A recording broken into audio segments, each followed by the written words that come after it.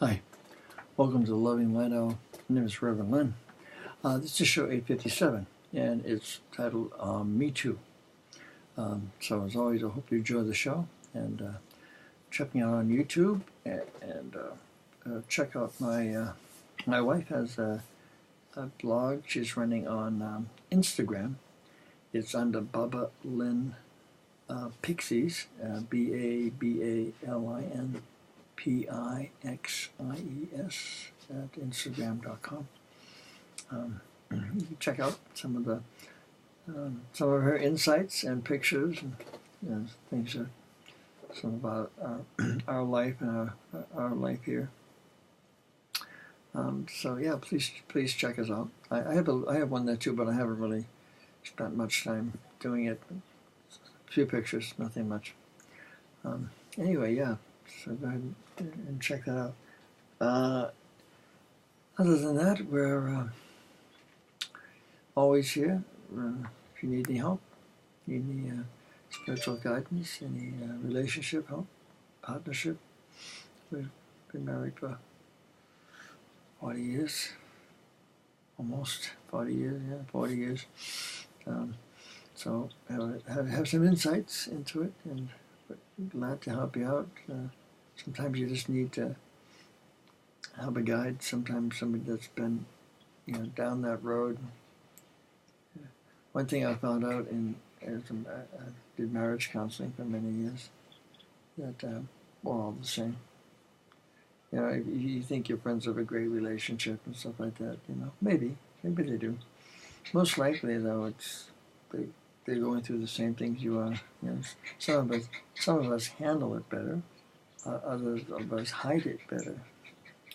And I think that's why what we're talking today about the Me Too is, that's the whole way that this particular melody that's been endemic in our society forever. And how it continues is because some of us hide it, and other of us are in denial of it. And it's, of course, I'm talking about, sexual abuse and sexual predatoriness,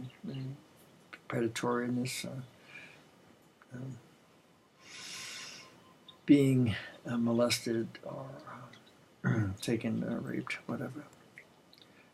It's something that's been going on for a long, forever, basically. It's never not been happening. I always say that I grew up. Granted, I do the type of work that I do, which, as a minister and counselor and stuff. I do have a certain group of people that come to me that when I talk to them, they are more than likely to have the problems that they're dealing with. So it kind of makes sense. Yet in 72 years, I have never met a woman yet. That's 72 years. That includes my mother, all my sisters, all my cousins, every woman that I've ever gone out with that hasn't been, in one form or another, sexually abused. Never mind sexually harassed. That's 100%. That's 100%. That has, and I have been. I grew up in a tough neighborhood, and I have been part of that group of people that catcalled and harassed me. We hang up in our tough towns as we were tough kids, and you had to be tough, and you had to do your machismo and all that stuff. So it took a lot to break out of that. In Lowell, Massachusetts, Milltown, and it took a lot to break out of that. Not just physically. Physically, it took quite a bit of willpower, but mentally to break out of the mental framework of that I call it the dinosaur age of men, of how we're still cavemen, basically, and we have unlimited powers over women, or we feel that we do. Even, I mean, even if we don't, we don't display it. There's just something in the back, this male privilege that exists. It's created this whole Me Too thing, which we're just kind of exploding onto the scene, and has seemed to be escaping nobody, including our president, who should be held accountable as an example for all us men. I've seen the type of men that are gyrating in that as examples for us are dinosaurs. These people are. I went through this, I dealt with this guy back 40 years ago, maybe longer, 50 years ago. He dealt with the feminist movement and confronted this aspect of myself. Had to confront it.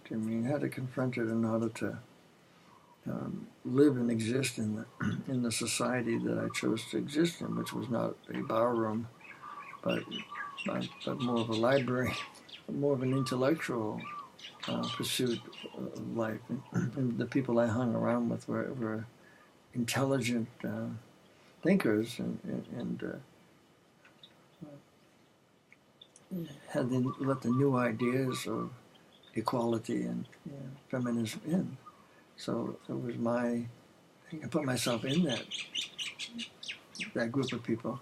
So that therefore I had to deal with my misogyny and my growing up in a tough neighborhood where you had to know how to defend yourself, and you also had to women were objects and things that we talked about, and there were our mothers and there was everybody else. Everybody else was free game and our mothers weren't. Our mothers were the sacred Madonnas, and everybody else, except for maybe our sisters, anything that the law stopped us from doing, from having our way with, we're sacred. Everything else was free. Everybody else was free game.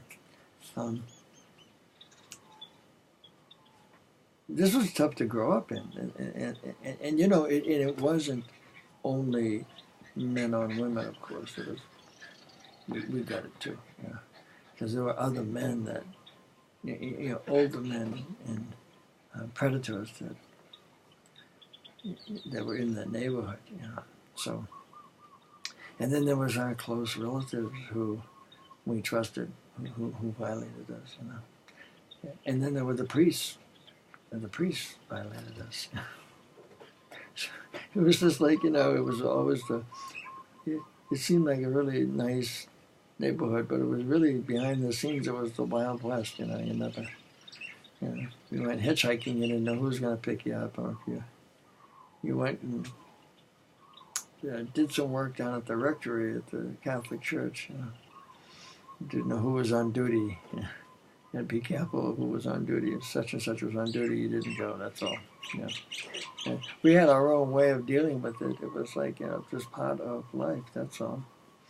It was part of life. You dealt with it. Nobody really talked about it. We talked about it amongst ourselves. We never brought it to our parents because we didn't want to deal with it. First of all, everybody would make fun of us, and you would, then you'd get the person in trouble, and that would even be worse. And so, all hidden, hiding it, all the shame, the treachery of it all. And it was something that we had to deal with. And we dealt with it. We machismoed it. We sucked it up. We used it to be superior. And if we were the victim, we didn't let ourselves be victim. That's all. We couldn't be the victim. We had to be the one that It didn't bother us. It wasn't that bad. That's all. It was okay. Didn't hurt me. So what? The guy's such and such, so and so. Yeah. We were tough. It had to be tough. That was it. It had to be tough. And I see that. I see the president. I grew up in this neighborhood. He had a lot more money than we did, but we still had that same attitude, And if you don't grow out of that, well, this is what you become. That teenager. We become that. We get that license to pretty much get away with what you want, not having to look at yourself, not having to address your moral and your behavior, and nobody holding you accountable for that behavior. That's that's the recipe, for a monster, and that's what happens. We become, because a teenager. I mean, a teenage boy, for instance. I mean, a teenage girl. So, but really, we're talking about the real problem. I mean, not that boys weren't abused, and like I said, I was, and most of my friends were. But the teenage boy that didn't grow up, that didn't mature, that didn't become a father, that just maybe you had children, but you still were one of the kids. That teenage boy, when it becomes an adult, I mean, it wasn't that cute when it was a teenage boy. And you kind of obnoxious and gross and privileged and arrogant and all of these horrible things. And if you don't grow out of that and become an adult and become a father, become a loving, caring, nurturing father, and you continue to be a teenage boy, only you hide in a man's body, you become a monster. It's just not such a great being to be around, or to have running our country, or to have running our families. So I mean, this presented to me back in my middle 20s. I just happened to be around some people that were civil rights and stuff, and so it had some moral conscience, and taught me how to open my heart and how to feel for others. How to feel for the black people in our country, and how to feel for the people who were being singled out, and the minorities and stuff, and stand up for them and to fight for the rights. And I went to the Peace Corps and had my heart, opened my heart there, and got to see the privilege that we live in, and how most of the world, would love to live in our basements. We consider it a luxury to be in our basements, and in our garages would be, that would make them the big chief in the village. We practice gratefulness, and it helps us to mature. But the abuse that's now surfacing, anima rising, it's that whole thing I saw with Hillary Clinton coming in as president. It said that the female energy is rising. She didn't make it in, but we said it. She said it. That genie is out of the bottle. That genie is now out of the bottle, and it's time for atonement. Time for us to grow up and to take responsibility and to deal with the truth, and have an uncompromising truthfulness with ourselves. Because when we look at ourselves and we acknowledge the fact of what we did, and how we behaved, and what it did to people, somebody else, and we make atonement to that. We ask for forgiveness, and we pay whatever price needs to be paid. Then that's a cleansing, and that's a healing. Then the heart can heal, and before that, it cannot heal. That's where most of the healing. Most of us are walking around sick because we're carrying the secrets. The secrets of living an amoral life. So there is no spiritual path without morality. There is no raising in consciousness without morality. So all of the precepts and commandments and stuff like that, they weren't just to make you good boys and girls. It was like without that, without following those, without atonement, you like in the 12-step program, there's the recapitulation, there's the going through and dealing with all the people you've hurt and making restitution when it's possible, and surrendering to a higher power stuff. Yeah. And this is it is the pathway, because the pathway of humility is to open your heart. One has to surrender and understand that you can't handle it. You cannot handle it. You cannot deal with this thing alone. You need help. If you've been abused, you cannot deal with it by holding it, being silent. And I know it's an inconvenience, but it's one you're going to carry with you forever. And you have to talk to somebody. And I know often, back then, I know, because my wife, I know, was horribly abused by her parents, by her father. And when she did tell people, she got in trouble for doing that, and people told her shut up. But that was 50 years ago, 60 years ago. That was a long time ago.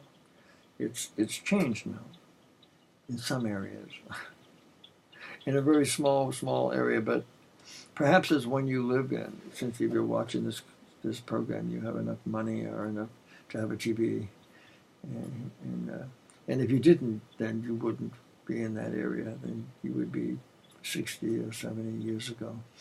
You'd be living under those same things, because it often morality or intelligence and all that stuff comes with money, because you can afford to eat foods that don't stupefy you, and you can afford to go to schools that help to break the bonds of prejudice and all this stuff. And often poverty keeps us locked into this low-level way of thinking and low-level way of living. It doesn't make the other people superior. It just gives them more opportunities to break the bonds of suffering that come with the ignorance of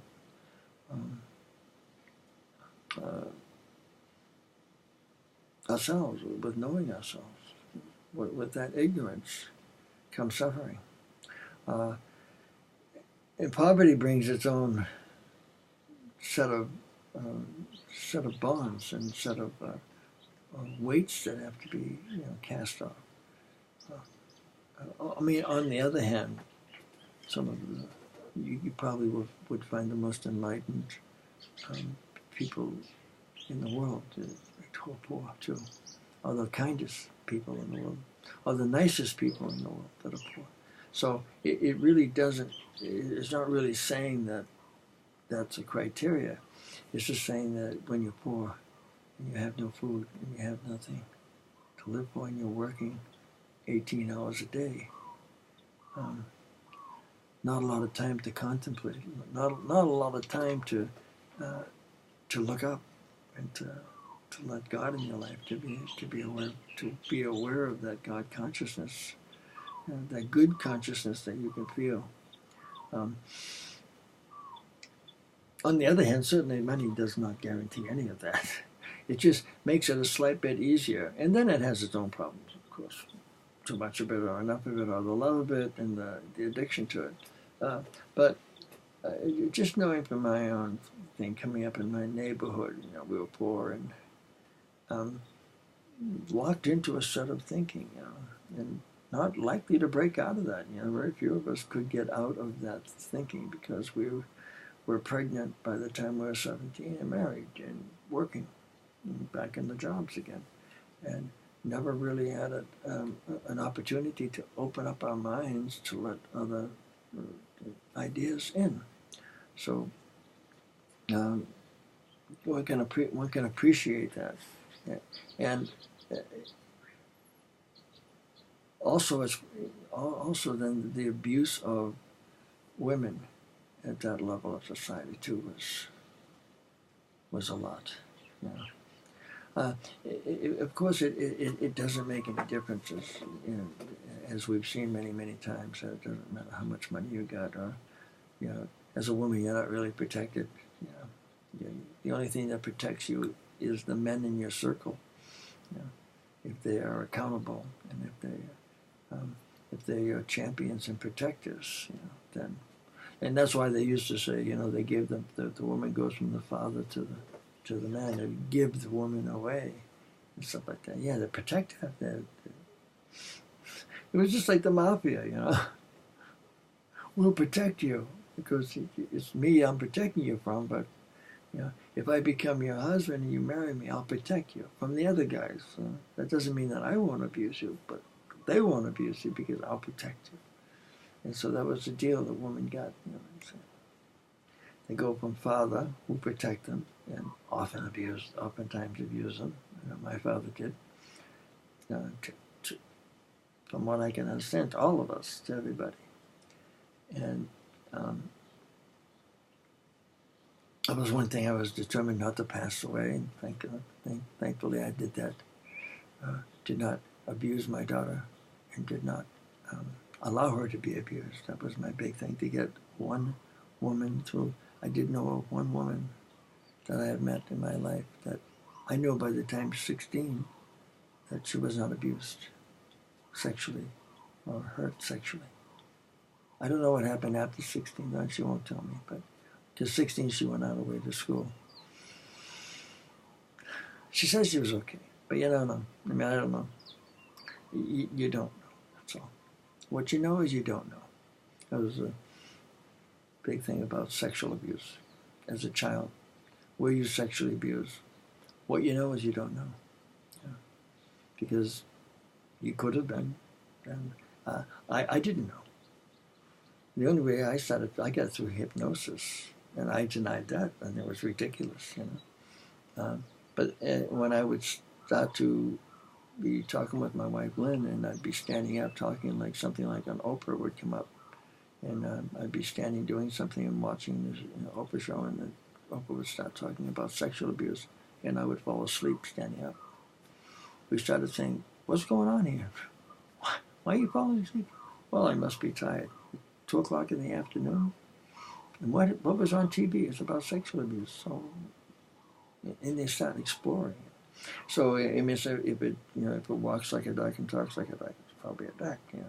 If you have those, oftentimes you see women who are have a lot of weight on, a lot of protection. And in my experience, just almost always. The reason why that weight is on is because of sexual abuse. Not always. Who knows? But a lot, most of the time. I would start there. As a counselor, I always probed that right away. And my question was, so when were you sexually abused? How did you know? Well, I just haven't met anybody yet that hasn't been, other than that. One lady did. She said, well, you finally met your first person. I said, well, thank God, I knew you were out there. I knew you were out there someplace. She said, yeah, but I wasn't. She said, then we went on to counseling, and she was saying she was having some difficulty because her husband was in jail because he's a pedophile. And I said, oh, that's weird. She said, yeah, it's interesting. My father was a pedophile, too. I said, your father was a pedophile? I said, but he went to jail, too. I said, but you weren't sexually abused. She said, no. He would abuse the other girls and stuff, but never me. So what you know is you don't know. You don't know. Perhaps the other one out there listening to this that hasn't been sexually abused or sexually molested or whatever. It's time, I guess, for all of this to come out. It's time to start talking about that and start the healing process. I know there's a lot of ugliness and a lot of stuff coming out about it. A lot of men are losing their careers and stuff like that, but it's time to allow the healing to be, for atonement, and to allow healing to begin. You can't get the healing, and this is the deal, without talking about it. Not really. You know. Are there miracle cures for people? I guess so. But I haven't seen it, and I haven't experienced it, and certainly not with me. Um, I don't think I've ever been healed. I don't think I'm healed to this day because I don't have an absolute recollection of it. And even if I did have a recollection of it, my wife has recollections of her stuff. It doesn't erase the abyss. There's an abyss that you go in there. When it has something to do with breaking the sacred trust, or of a violation, of a disempowerment that it's kind of like losing a limb. You know, you can't really get it back. You can get a fake one. You can live without one. You'll be okay, but it's there. It's always there, always. And you live with it with love. You love your way through it. You find a way you sink into it. The scary part of the abyss is that when we accept it and we go into it, when we talk about it, and that's what going into it is, you know, going into the abyss is talking about it. It can't be that we can't talk about it. And we discuss our story. You have to have somebody listen to you, and it isn't easy to get somebody to listen to you. I mean, it has to be a special person in your life, you know, or somebody you pay. But somebody has to listen to you, so you can go into the abyss, and so you can, because they can keep you from falling in. But on the other side of the abyss, as we go into it, is love. Love. It's the love, the acceptance, the understanding that this did happen. It is in the past. It's over now. The only reason why it's still affecting you is because you haven't let go of it. And letting go of it is not easy. It's simple, but it's not easy. You can't just wish it away. You can't just ignore it and suck it up. And you can't say, oh. And I've heard many people that I've worked with and said, "Oh yeah, no, I was sexually abused a lot, but I'm over that now." And it's like a red flag is up, and I say inside, "No, you're not," but who am I to say that? But no, you're not, because you never get over it. That's all. You just never get over it. There's nothing to get over. It happened in the past, and it has its effect on you, and that effect is there always. And if you ignore it, it will do its thing. It'll make you feel anxious all the time. It'll make you fat. It'll make you emaciated. It'll make you have bulimic. It'll make you crazy, basically, if you ignore it. You know? And if you talk about it, you can start a healing process. You know? That's why, I'm sure you know this by now. If not, you can go check it out, because there's plenty of studies, with depression. And again, a lot of the stuff that we're dealing with, a lot of these symptoms, these diseases, these mental diseases, a lot of this comes from the childhood, the abuse that one has received in childhood. This is what psychotherapy is, get its foothold in, is going back and healing the past. Healing the past is letting go of the past. And we use all of the tools. Talking isn't the only way to deal with it, because you can't talk all the time about it. You can't talk. You have to. Nobody has the time to sit and listen to you tell your story over and over and over again. Sometimes that's what it is. The telling of it one time is usually not enough. Sometimes it's 100 times. Sometimes even that doesn't work. So then we have prayer, and we ask God to have love come through us, to be filled with love, and we pray for angelic presence to come, and we find a way to forgive the abuser. We ask for forgiveness. We ask them to be healed and to be free from their suffering also, because of what they did to us. They've got some heavy karma to pay, and you want to free them. You want to free them, but you can't do that right now. But you can do it later. You want to have it as one of your goals, some point in your journey, in your healing journey, in your Me Too.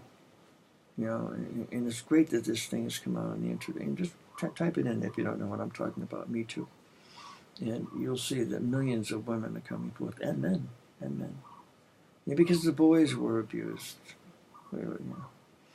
Not as much as the girls, but most of us, I mean, I don't know anybody in my neighborhood that didn't get through this without being sexually abused.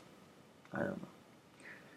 I mean, it can't be true that it's 100%, but boy, I'll tell you one thing, it ain't 25.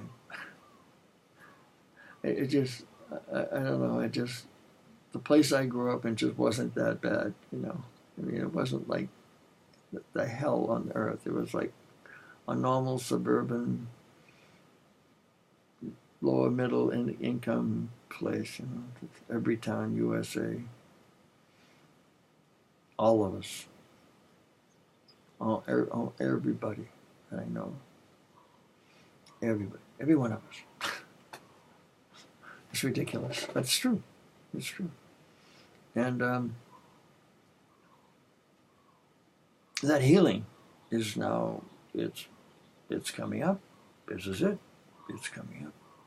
And if you're there dealing with this stuff, you're dealing with your childhood, and you have questions, you go to your parents and you go to your siblings and stuff like that and say, did such and such do this and that? Have you noticed that? And start to do some probing. And, watch people's responses, Don't listen to their words, watch their responses. Watch what they do, If they go dark, something like that, their buckles up, their brow buckles up, and they hold their breath. Or stop breathing heavily, you hit a nerve, because we're all carrying this. We carry this stigma, and we're afraid to talk about it. So we have to talk about it, and that's what's going on. That's what's happening now. And first, sometimes we need prayer to help us to open up to this. Just like with AA. You need to pray and to help to open your brain up and to stop thinking the way you're thinking. What the prayer does is it breaks open your thought patterns, and it allows for new energy to come in. It allows for the God energy, but that God energy is that healing force. So when you pray, you're opening up. Like the Leonard Cohen song, we get to pray with the angels forget to pray for us.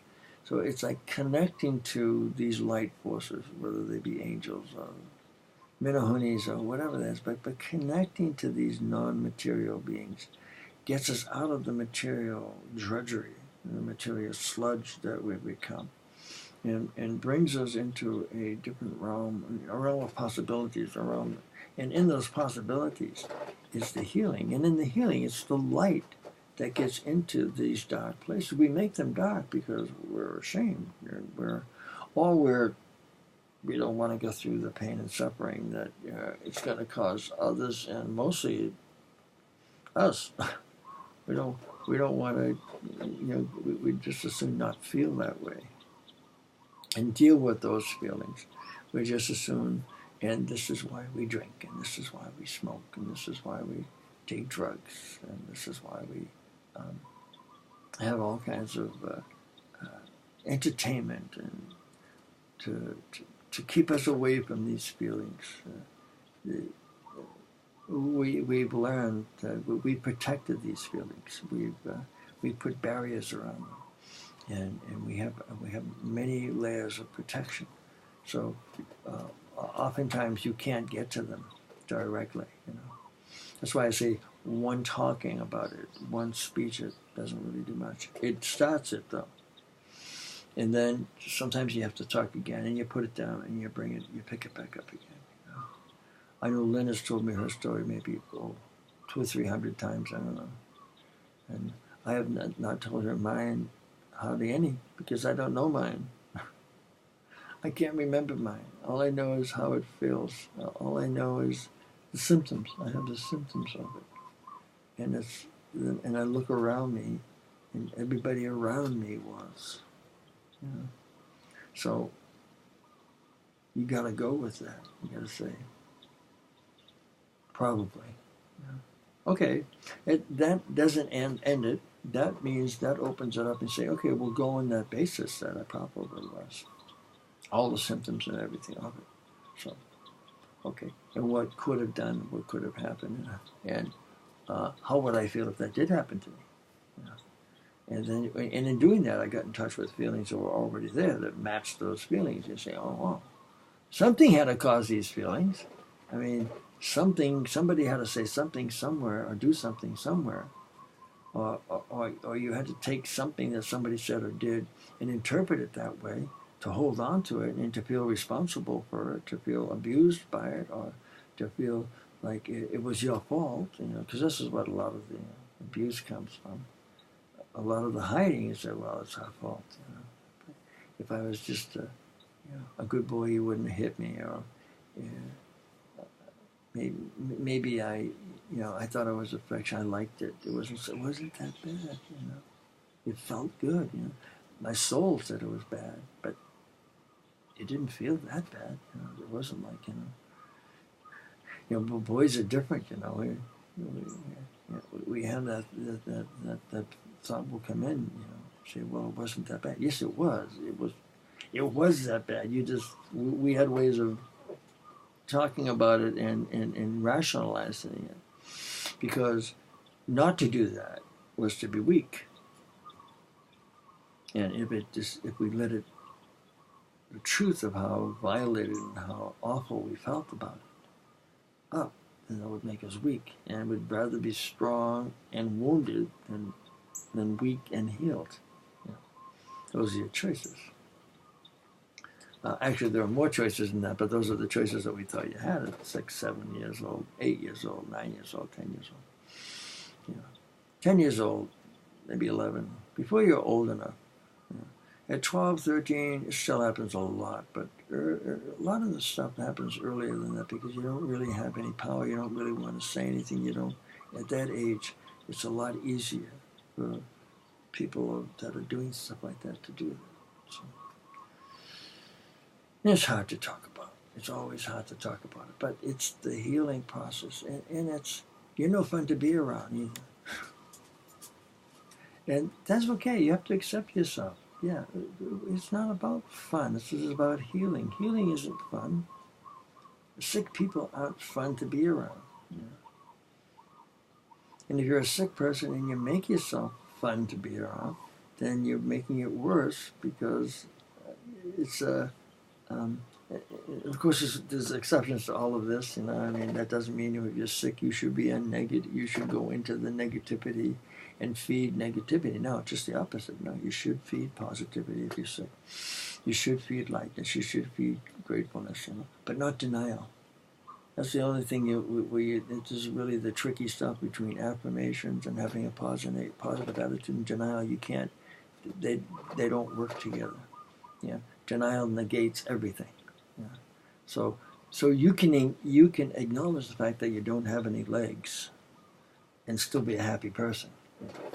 If you're in denial that you don't have any legs and try to go around and see yourself, I mean, I know that's a stupid analogy maybe, but I'm just trying to say that you can acknowledge the fact that this happened to you, and this kind of explains this feeling and that feeling. You can still be happy.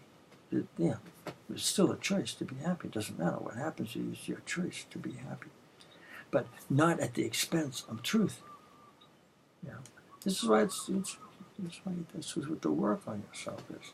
And it always has to do with truth. And truth often is inconvenient, and it's what we avoid. That's why we live these lives of social lives of putting masks on and saying everything's fine. Everything is not fine. There's nothing fine about anything that's going on here. We are in hell, and this is suffering, and it's but for the moment that you're not suffering, it's just because you're not paying attention. Yeah, and at the same time, there's joy in that if you can handle that. I don't know. It's a hard. Yeah. At the same time, there's saying that, yay, this is hell, and we're suffering, and yet I still can love you, and I still can love life, and I still can love God. Even so, because I'm not the body, and the body is a thing of suffering. You know, it's on fire. It's oxidizing all the time. It has to have a certain constant temperature, and if you fluctuate any even a degree or two, and certainly 10 or 15 degrees, the body really gets uncomfortable. You have to do all kinds of things to protect it. And our minds are really, really fragile, delicate little things. Have to have things a certain way. If everything isn't just right. We're all these. Like if you come in and say, like a spirit appeared, anything that isn't out of the ordinary, it shocks us. And it's very, mind suffering. Mind suffers a lot. Our minds are suffering all the time. Our minds are burning. They're burning with thoughts. They're burning with all these dreadful thoughts and stuff like that. And we deal with them, and we learn the art of releasing, talking about it, but not indulging in it. Replacing it with kinder, with love, replacing it with light. It's a skill we work on, and you see what works for you. And there's that balance, always the balance. You can't say, it's happened to me, I was abused, I was sexually abused, and that gives me the right then to do it to somebody else, or it gives me the right then to be unhappy, and to be a destructive force to myself and to others. It doesn't give you that right. We may understand that, but what we'll drop down to if we get to that thing. But we'll drop into the thing of, okay, look, it was horrible what happened to you, but the law is that if you're here and something like that happened to you, there's a 99.999% chance that this is some sort of karmic something you're dealing with. Doesn't mean it's right to what they did. Doesn't mean you should poo-poo it and say, oh, well, and like that. It just means that at one level, you need to get over it, that it's happened to you, and get on with dealing with it, And to say, and take some sort of responsibility. You have to take some sort of responsibility now. Now, that doesn't mean a child is responsible for what a parent does. That means as a spirit, as a great spirit, which we all are, that you got to come in and learn this awful lesson that I wouldn't wish it on you. And I don't. I guess in every lifetime, if the Buddha says endless lifetimes, so we're going to experience all of this stuff. We can look and I say, okay, so I had to experience being sexually abused and emotionally abused and beaten and stuff as a child, and what does that do for me? Well, since I made it this far, it's taught me a great depth of compassion for others. And to understand what suffering is, and to understand, how evil people can be. And it has also helped me to understand the evil people. So if understanding and knowledge is the goal, then it's what I needed. It's what I needed to learn. And now I've learned that knowledge, and I can be compassionate. I can have an open heart to others, and I can help others. I can help them relieve their suffering, because that's one of the things I came in to do, was to be a healer and to help other people with their suffering. So by experiencing that, I get to know it firsthand, and I can relate to it, and I can have empathy, and I can have rapport with somebody, and I can help them to let go, because I did it.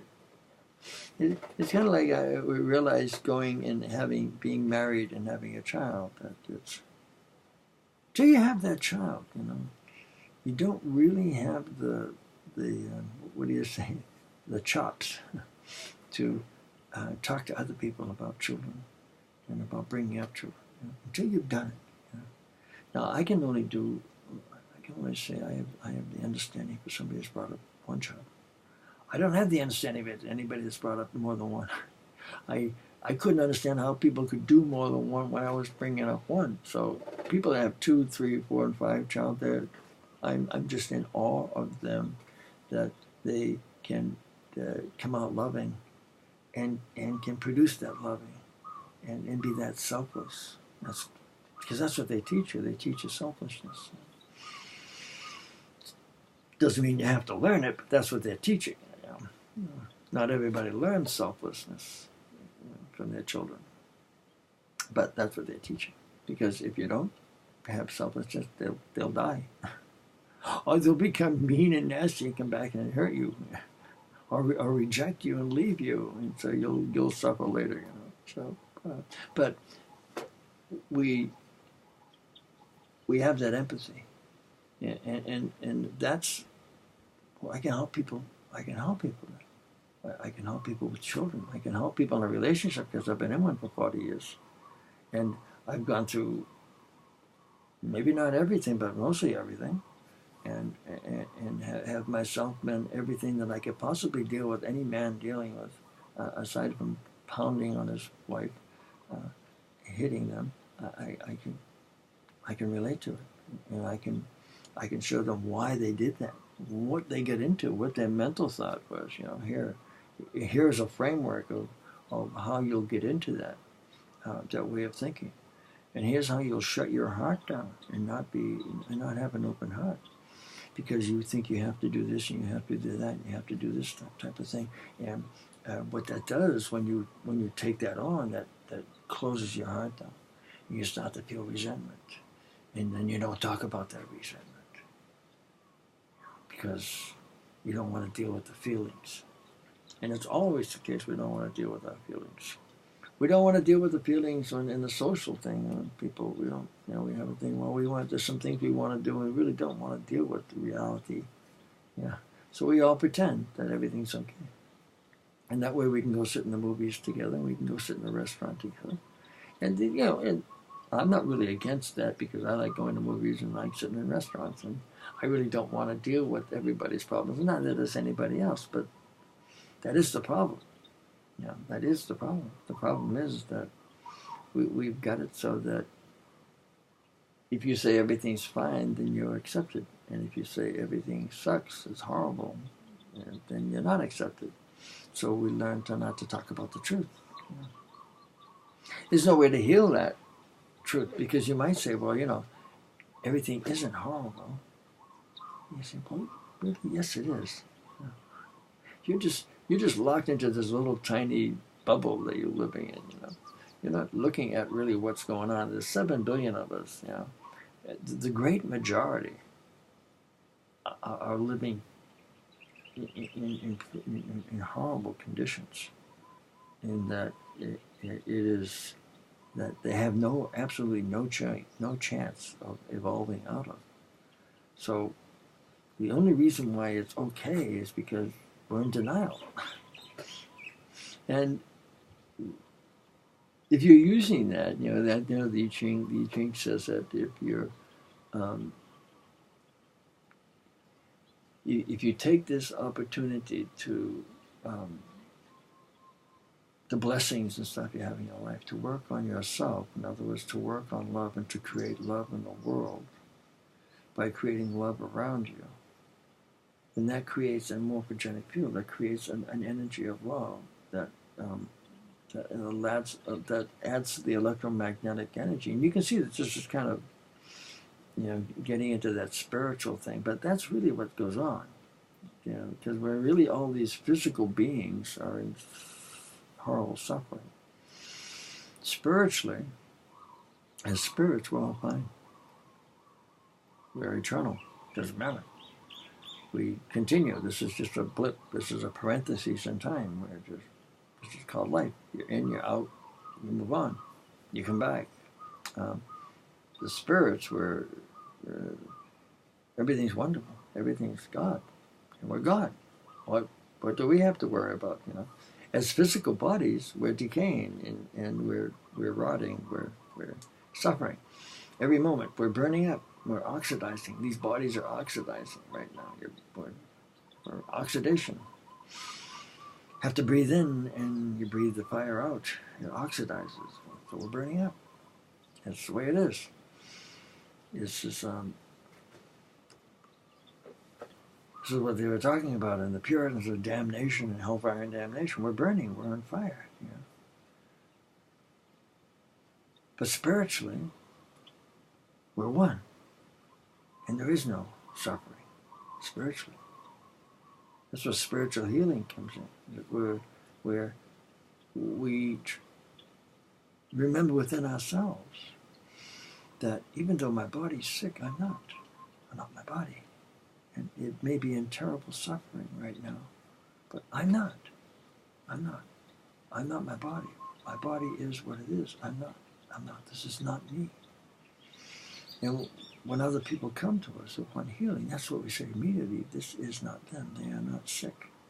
I don't say that to them, but inside, I refuse it. We refuse that sickness. We refuse the cancer. Because you know that they're not. That's their body. They are fine. Yeah. And if they could realize that, if they could let that in, then that also heals the physical body. This is where we keep working at healing this Me Too thing. This is deep stuff, you know. This stuff never goes away. Spiritually, if we pray, if we give, if we love, we fill in that hole, that abyss. We make it so that it changes from being something that we're terrified of into something that we can surrender to. It's called surrendering. You know?